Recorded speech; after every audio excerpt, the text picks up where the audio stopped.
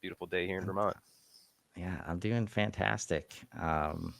Always excited to dig in on like the realities of current state. Like it's so easy to think about what used to be, and oh my God, we got AI. So what are all the cool things we're about to be doing, or what we could be doing? What features do we want? Like we kind of maybe this is just me, but complain about all the updates that we see every day, but then immediately ask for more. Right. So I lived uh, that this week, man. I yeah, was on the I was on a lot of the new feature training for solution partners, and two 1 hour sessions that probably could have been two half day sessions, and it was like, all right, let's digest. So it was yeah, great, but woo. yeah, yeah. And I think um, one of the ways to digest is a segue into our topic today is like it's hard to digest when you don't know what the current state is, when you're not haven't confirmed, or I'm talking to people all the time where it's mapping their current state or understanding their current state is always on the list, Mhm. but they never quite get there. So I appreciate the work that you guys do, and thank you for coming and chatting about it today. Yeah, you got it. Thanks for having me. Excited to see if we can't shed some light, and if any of the insights and data points help us sort of dig in and explore some topics or top of mind for people. Yeah, yeah. So just for anybody who doesn't necessarily know or hasn't seen, this report you guys do, like if you could just share like kind of what is it, maybe why and how long you guys have been doing it for. Yeah, that sounds great. So what we do is we take a two-phase market research approach. So we do over a course of about a month and a half, 2 months. We do a whole bunch of interviews with ecosystem experts, HubSpot executives, customers, do sort of like some internal sort of workshopping. Um, and then that qualitative approach builds out a survey that we have for people who are HubSpot users. So we have a certain portion that are HubSpot power users, like admins, and then we have a certain portion that are executives that have HubSpot in their environment, or kind of like the point of contact for HubSpot in their environment. And then we also have a portion of non-users, right? People who are on a different CRM and or have a different tech stack in their environment that doesn't include HubSpot. It totals about 1,600 people internationally. And then once we have that data, we analyze what we have, and sort of try to get an understanding of where people are in the ecosystem, much more from a strategic perspective than like a feature function perspective. Sort of how are they using the solution, and what's their current sentiment, and what are their challenges, their opportunities, and what are those trends. We do cut the data to look at the top performers, so um, in people who are achieving their revenue targets, growing the fastest, and have the lowest customer acquisition costs. So we analyze those individuals and try to identify what are they doing different than everybody else, and if we can glean any insights for the general audience to sort of look at their current state and say, maybe there's something more that I can do within the ecosystem. I think that's another important thing is this is not just HubSpot, the tech, this is HubSpot and the ecosystem. So we do look at some dynamics around the app partners as well as the solution partners too. Awesome. Yeah, I think that's an important way to do it, because I think that's a challenge for people who might not know HubSpot or people who are just starting. Like it's much more than just something that's going to send out emails or keep track of some contacts. It's an entire ecosystem that is built, right? And Yeah. if you're unaware, it can be hard to like leverage all those things that are built to work together, and might have some challenges. So Yeah, and how long have you? we find that on the challenges too. You asked about the why. So I think one of the one of the core whys and the reason why we launched the report. We've been doing it for a couple of years now. Is that New Breed's been in the partner ecosystem from the very start. I think Patrick, our CEO, has gone to every single inbound, and um, we took a step back and we're like, wow, like we get to talk to a lot of solution partners. We get to talk to a lot of we have like this unique insight, and I yes, well, like of course, New Breed, like any organization, is we're working on our own growth. Like we want to try to achieve our own goals, but like we also care so deeply about the ecosystem. Like we believe that when people, process, and technology and strategy are combined, like teams can achieve amazing things. So we wanted to make sure that we were sharing that with absolutely everybody so that this report helps HubSpot. This report helps other solution partners in the industry. This report can help app partners maybe identify certain elements and items and how to better collaborate with those two groups. And ultimately, this report helps the end user of HubSpot and organizations trying to figure out how to invest best with it. So that's really the core why, is have this as a resource that helps various audiences to learn how they can achieve their goals better, regardless of whether that's HubSpot partners or end users. Awesome. No, I think it's great to hear that, because, and that's why I think this ecosystem is pretty special, and it's always interesting to see reactions, from outside and inside, and but also the challenges that people who are used to this ecosystem and used to this value first approach, and used to everybody kind of jumping in on a problem on LinkedIn as soon as they're tagged, and then talking to a user or somebody new that is used to a different ecosystem, and the way that sometimes we can take things for granted as to how easy it is and how helpful it is. And somebody new comes in and they might have some baggage, from that old ecosystem that's like, oh, what are you trying to sell me? Like, why are you so helpful? Like, you guys sound like a cult. Like, what's going on here? Right? You hear it all, right? So It's so interesting. I just that's the thing I love about Inbound the most. The event is like, on a Monday through Friday at like, I don't know, call it like the end of April, which is mud season in Vermont, and you're grinding and like doing your thing, and I think you realize that everybody in the HubSpot ecosystem, they just want to grow better together, right? And they just want to help each other. And I think that's just so like the excitement, the enthusiasm, like even in like really challenging environments, like the positivity around the future and what we can achieve is like it's so motivating, right? Like you just run on this, and it's a true microcosm of the industry, that event. And you walk out of Inbound and you really you it makes me so grateful for the ecosystem. So I come from another ecosystem which is also absolutely amazing, so beautiful, the Atlassian ecosystem. And so I'm a big fan of sort of ecosystem led growth and how organizations can work to achieve really big transformational projects for organizations. Um, but there's something special about HubSpot that you can't touch, you can't feel, you can't describe it. And it's this excitement about the future and what we can achieve together. yeah, and like, just to build on this idea of, I think it comes from a place of definitely, like, one of the favorite ways that I've used to explain HubSpot to people who don't know it or don't believe it, is like the tagline that hasn't changed, like grow better. Uh, it's like, just imagine if you didn't have any question about what those words meant, and they meant everything you thought they would. Like, that's it, right? It's just grow better. That's the goal always. Yeah, And it's just as growth we're mindset.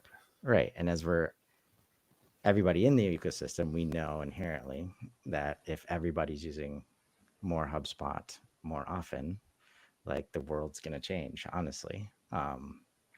But with that, as they move towards trying to serve more users and more industries and more parts of the organization, um, I guess I don't want to. I need to let you share some insights from the report at some point. Yeah, yeah, But uh, h- like, how do you guys? I guess maybe from a building the report perspective, like, how do you guys go into what kind of questions you're even gonna ask on this thing? yeah. Well, it's got to be relevant, right? It's got to be. We have to understand what's happening in the marketplace, and sort of get a sense. And we also take into consideration the year past, right? So we want to build on those insights, so that we can sort of go a level deeper in some areas, and then also extend out and do sort of like year over year analysis. Um, I think a good example of that is we really want to understand like what are current challenges, like right now, like with so much changing so quickly from a tech perspective, from a economic perspective, from a macro perspective, like what are the current challenges? And the thing that we found is actually how you and I started off the pre-call as we were just sort of like warming up and getting ready for our conversation is is around keeping up with the new technology landscape, right? Like that is the number one challenge across marketing, across revenue operations, and across sales. For customer success, it was finding and retaining the right talent. Hmm. So fascinating, particularly in the light of like how AI is impacting the world of customer success as well. So that was one. And then another like super high challenge for everybody. I think it was like two and three, like within each of the different groups, was integrating AI into their business processes and operations. So those are one and two. So there you go. Yeah. No, and that's not unsurprising, or it's not surprising. Everybody who's And listening should feel better about their top challenge, because if you're feeling any of that, we're with you, right? Like yeah, I actually wrote up a little bit earlier in the week that like, yeah, that's the top challenge. Guess what? Right here with you, people. Right? Like right. it's a Well, lot it's going on. right, and it's luckily too. Number two helps with number one, uh, Hmm. and when I first started talking about AI earlier this year, because I think I come at this as a HubSpot coach from a perspective of um, the 70% failure rates of digital transformation. Hmm. CRM is a 30-year category, and you still have industries, like entire industries, that have not adopted it. Hmm. Like, what are we doing wrong here? And knowing that HubSpot can solve, for both of these things, I think completely, it can be used in the solution for both of these things, I should say. Yeah. Well, the Um, good news too is we did ask the question, great, how does your CRM support you on your top challenges? Right. So we broke that down for all of them. On average, right, like the different CRMs were tied in some areas. I'm not going to go through each of the individual things because they'll take up the rest of our time. But on average, HubSpot actually was ranked 10% better than all of the other CRMs and marketing automation platforms in supporting um, end users' top challenges, which I thought was good insights. And I was like, all right, that's good. That's good to see. yeah. No, I think that reminds me of like at Inbound this year, uh, us in the ecosystem as it grows, and HubSpot keeps us on our toes, to say the least, as they move so fast with the product. It's good to have confirmations like of we are on the right track. This is having an impact like we think it is. So it's good to hear that 10% extra. Um, and I think that in regards to this, when I started talking about AI earlier this year, I said it was from a perspective of like, if you haven't digitally transformed yet, like, good luck. Like, you're so far away from this. But like in the past few months, I've realized that this might be, and especially as you describe those challenges 1 and 2, AI can be a shortcut now for people that have not digitally transformed because it can help you digitally transform, Yeah, it's right? like a leapfrog effect almost, right? Yeah. Yeah. And I think like, but the scary thing is understanding businesses and, um, I'm going to ask about the strategic gaps like in a second, but the way that like there was one talk at Inbound that I caught, um, and I think the headcount comparisons, uh, and like I think it's an apples to oranges comparison when people want it to be apples to apples. And the specific example is like we had 700 support reps that we solved for with two AI chatbots. But then the very next sentence is we had to do a lot of work to make those chats like successful. Hmm. And so much of that was like, I'm going to translate and paraphrase based on what they said, but our processes were shit. And there was no way the chats could support based on the information we were giving them. And in my mind, I'm like, okay, maybe you actually didn't need 700 people then. And maybe you could have gotten it done with a lot less if you had done that work for those 700 people. So using AI to support process improvement is going to be a very real avenue. And I think just the slippery slope is comparing it directly to if you go for the headcount savings first. Like some people are just going to try it with AI. Hmm. Their processes are not ready for it. They don't have content to help it learn, and it's not going to be good results. So to then they move away from AI after that. So it's going to be very interesting to see how these two play together. Yeah. What other uh, wasn't Well, necessarily a on surprise, but on that note, exactly, right? So this might have been my biggest takeaway from Inbound and one of my biggest takeaways from the report. So, um, the number one reason that people invest in HubSpot is for data management. The people who are outperforming everybody else, rank activating data significantly higher than those that don't, right? So that's one set of stats.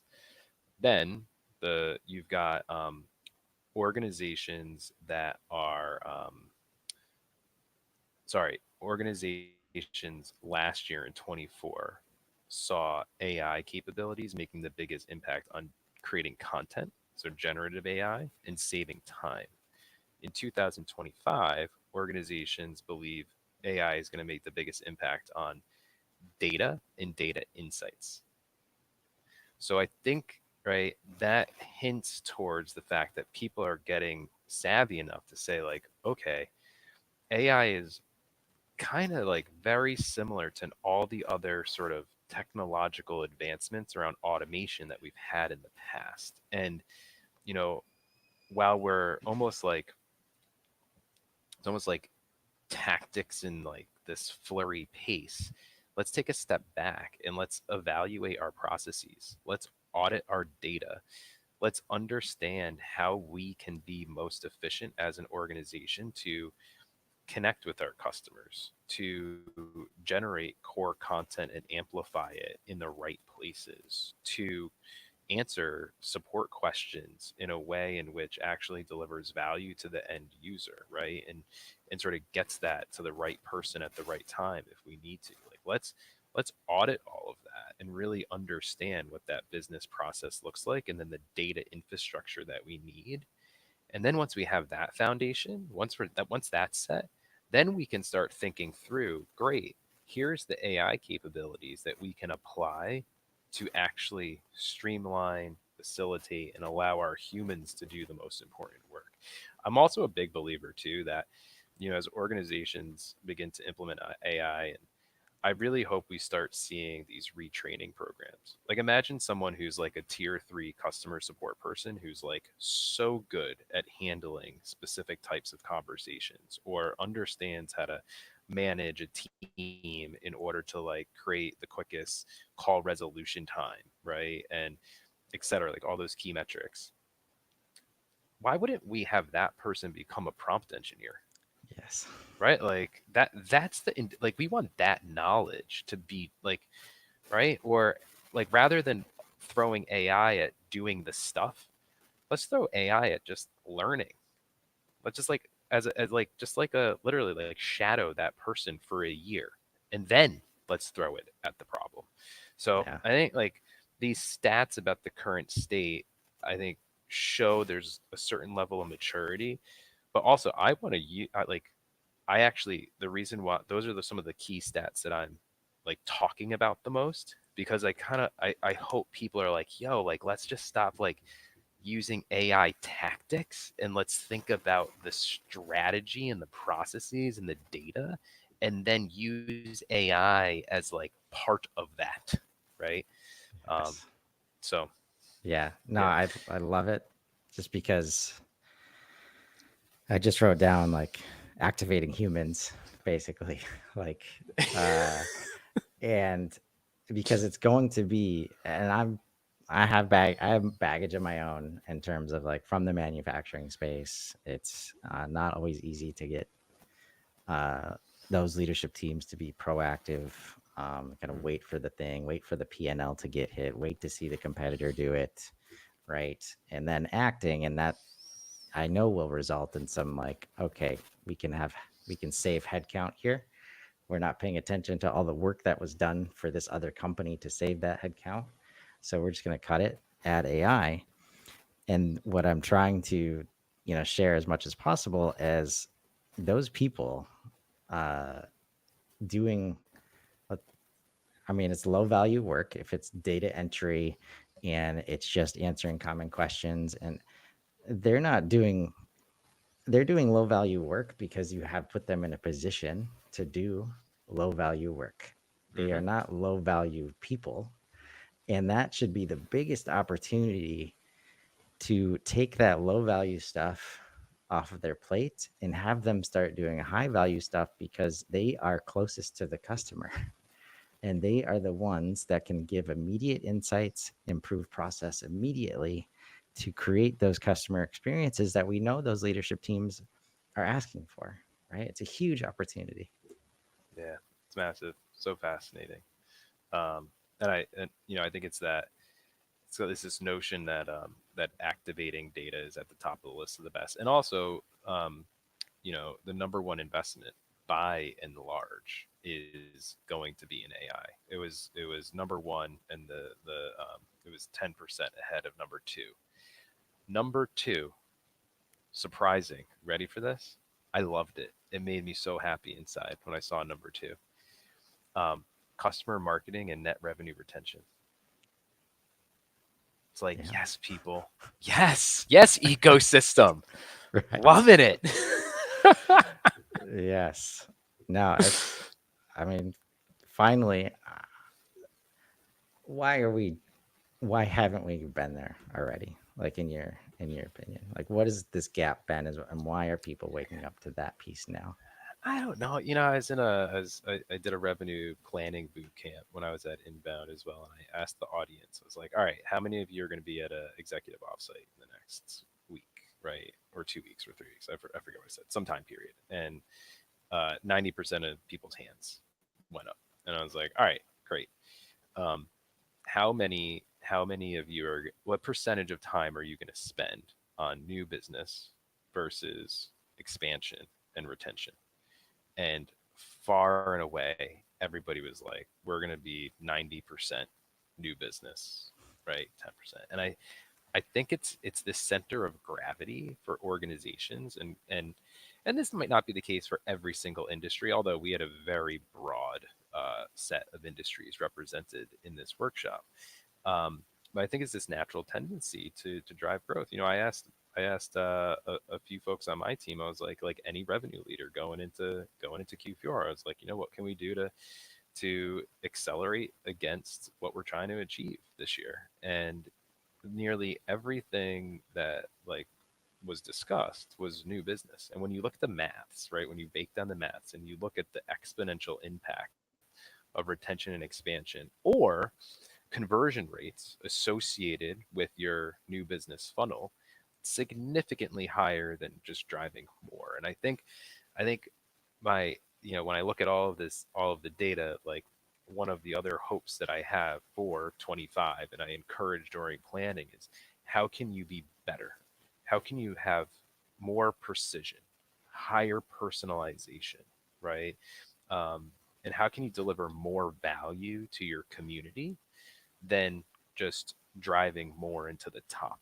And if you can identify those key metrics that matter to really drive conversions against, and then integrate new technologies and capabilities and features and just say it AI against doing better, I think that's where we're going to unlock some pretty solid marketing, sales, customer success, and leadership. But for me, I think the star of the show with all these data points coming together was actually revenue operations leaders. We found organizations that were performing the best were also more aligned around the metrics that matter. And when you double clicked on that, revenue operations leaders scores sort of impacted that alignment as well, which was pretty cool.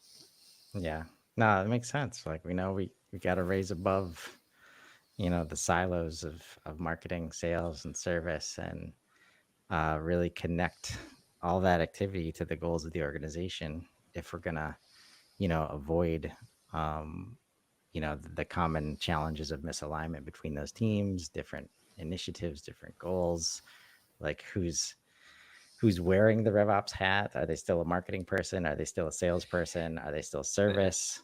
Right. yeah, And they're talking to their other teams. And it's like, I know you're asking for marketing support, but I know you have a quota to hit. So let's just not beat around the bush here. But yeah, yeah, so it's super interesting. And that's is a layer of the organization that should be able to help. And I think that like that unlock right now, right? Like now we've got the platform in HubSpot, got a bunch of AI functionality that I think part of the issue, because I've been in organizations where there's always a resell, upsell, cross sell initiative, hmm, but the tools to successfully do that and separate it enough from new business hmm, have not been there. So you have a bunch of people working in this process and compensation plan designed for new business. yeah, And then we wonder why we can't hit those goals. But and that's why I've been so excited with customer success. We've got the object library, which is almost exclusively post sales objects, right? yeah, yeah, And customer success style objects. So it's a really exciting time to see this and be able to help people understand like the next level is really visibility on HubSpot being able to support this part of the team, yeah. right? Well, that was the whole first half of the year. And by the way, we created, like, it was that question around that top investment was like completely like, we listed off nearly any investment criteria. I think there were like 16 choices or something. Um, and the whole first half of the year, think about how much Service Hub investment we saw from HubSpot. I think that was probably like one of the biggest themes for Q1 and Q2 was learning, digesting, and understanding how an enhanced Service Hub can deliver a ton of value to mid-market and upmarket organizations. So grateful. Like when it came back, I was like, all right, like solid, solid product team. Yeah. No. And I'll just like uh just a yes and there. It's really all organizations that can because like I love specializing in post sales and quote to cash optimization, especially when there's initiatives like customer marketing and customer management, order management activities. It's like instead of trying to do everything in a deal that is designed for sales management, right? Mm-hmm. Let's just explore this other part of HubSpot. And now, like, yeah, so there's some shiny objects that you use, like custom coded workflows and customer portals and things like that.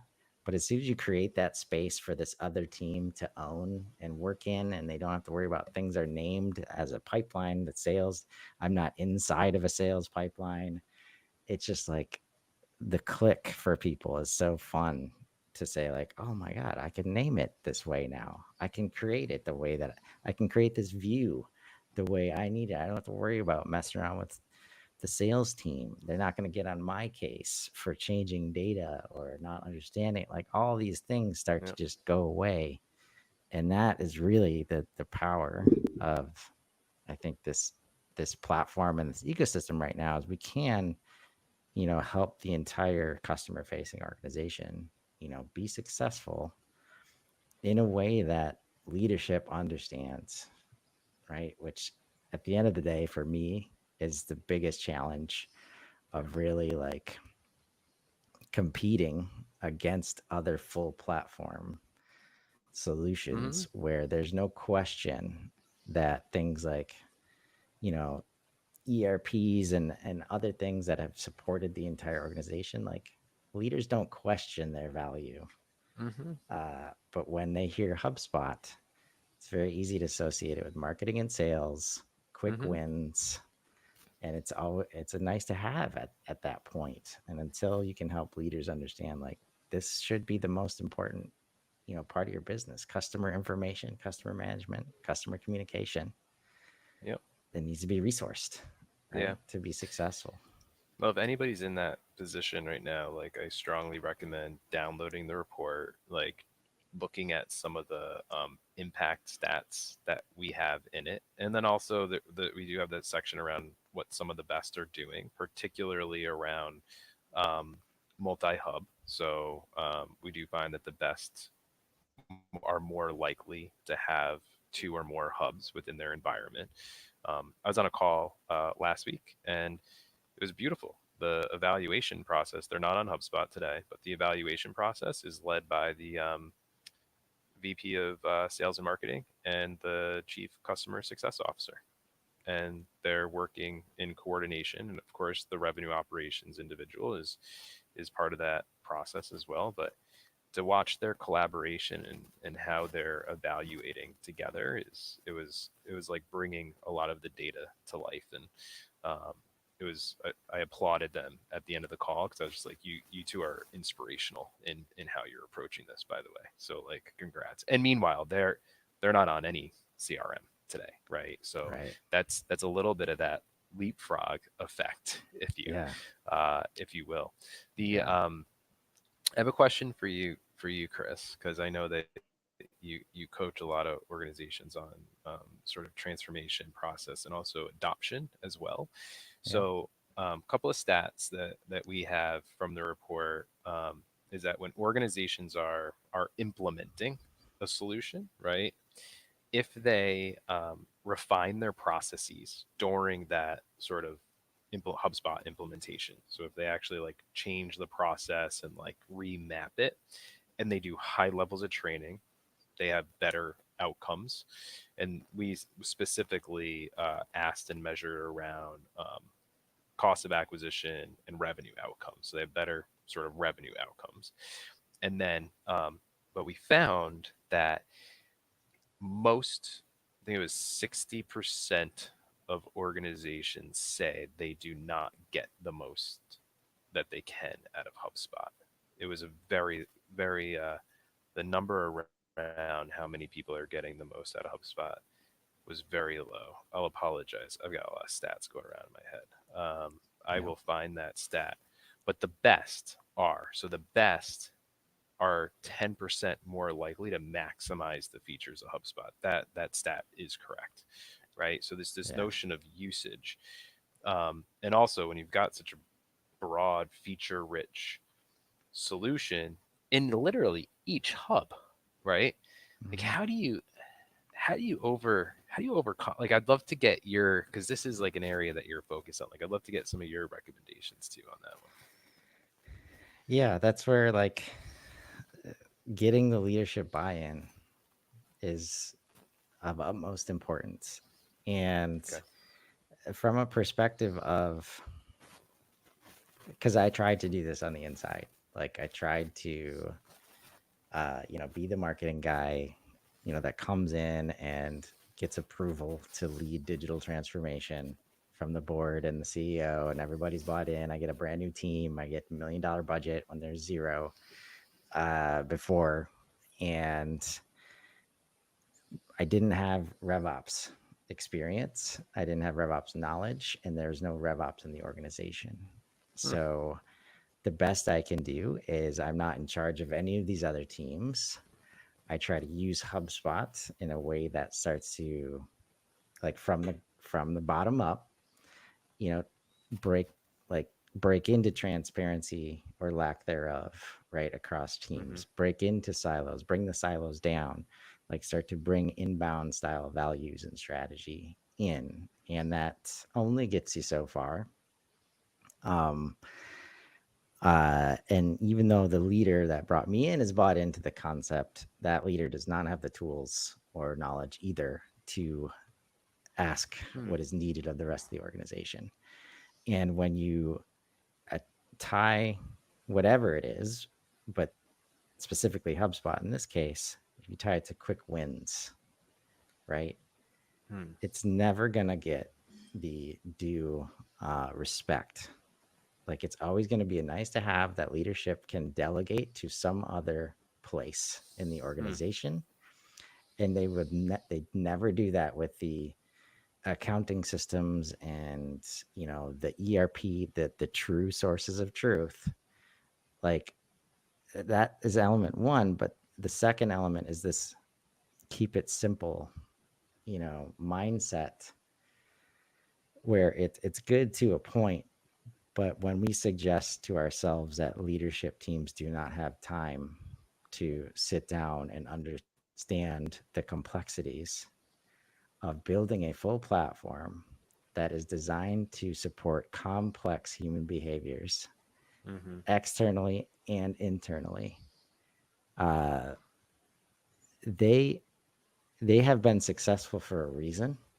They can understand things, and you've got to find a way to get their attention to say, like, okay, you want a B2B order portal, right? Everybody agrees that that would be great. This is how we get it done in HubSpot. Okay, go for it. But do you understand that the person in shipping that needs to add the ship date in order for the customer to see it live on the website right now, they do that at the end of the month when the report is due, when we review the report, right? That's not going to work anymore. So, are you prepared to update the process, right? And understand that that team leader has to update like, it's a complete change. And if the leader doesn't understand that connection, it's impossible for them to resource this stuff effectively. Yeah. That always impacts adoption, and you don't have the training that you need, right? The onboarding isn't, it's like, okay, we'll just let the marketing people like get the onboarding of HubSpot, and then somehow these marketing people that are not trained in how to train other people and enable other people, it's just gonna we're just gonna get the value out of HubSpot. And it's like, no, so it's great to hear that, like, this process improvement uh has got to happen. And that's where it's a challenging conversation as Mm-hmm. far as where we need to start if you really want value out of HubSpot, out of this investment. It is a roadmap. It is strategic planning. It's getting everybody at the table as soon as possible to understand who's going to be impacted and how and why it's a good thing, Yeah. It's a right? blueprint. I think everybody listening, I think my biggest call to action coming out of that right now is whether you're in the room or not, right? In your 25 planning process, like identify the areas of your business that create friction in your customer getting value from you, right? And and think about, right, what our people need to do in order to overcome that. Then based on what our people need to do, what technology and tools do they need to actually support that, to get that done, right? And then, associated, you got to tie an assess an investment to that as well. But if you take that approach now, I think you're going to identify what capabilities you might want to adopt further, what capabilities you have access to that you're not using, and or what more do you need to invest in, and what does the ROI of that impact look like? And even if you don't do it, right, like even if you don't get approval, I think helicoptering one level up, and rather than thinking about the tactics that you're going to do to drive more MQLs. By the way, in the report, there's like we got to drop in 4 minutes, but we could spend the next like 45 minutes talking about the MQL data point, which is Oh quite an man. issue. Um, Yeah. but like you're gonna be thinking about the business and how you can connect with your customers better through people, through process, supported by technology. And I think it actually helps. You'll identify a specific use case, and it'll help rather than thinking about, oh my gosh, like how are we going to use this feature of Breeze, right? It's no, how are we going to solve this business challenge? Oh, by the way, HubSpot's Breeze capabilities could help us do that. And that's a different mindset. And that's going to help drive success. And I think it's going to reduce the anxiety of the new technology just flowing at us and allow us to integrate AI and other tools that are disposable into our processes better. So, Yeah. No, I think that's a great point to wrap on. And like this is where the tools for you to understand this, including this report, are out there. Um, take a look at it. What's the best way for people to access this report? uh, www.stateofhubspot.com. You could also connect with me. I've got it as sort of like a feature thing right there. And then also I publish on the stats throughout the year. Once we get going on the research again, I'll start sort of like providing insight into like some of the learnings that I have through the interviews and such, and then just generally trying to amplify good, valuable insights like the work that you're doing, and other really smart people in the ecosystem. So connect with me on LinkedIn, or head to www.stateofhubspot.com. Well, I appreciate that, and definitely doesn't get much easier than that. Always love it when the domain is very straightforward. And so for those out there, like go check out the report, find those opportunities, and let's grow. Have a All great right. weekend, everybody. Thanks, Jonathan. Thank you, Chris. Really enjoyed it.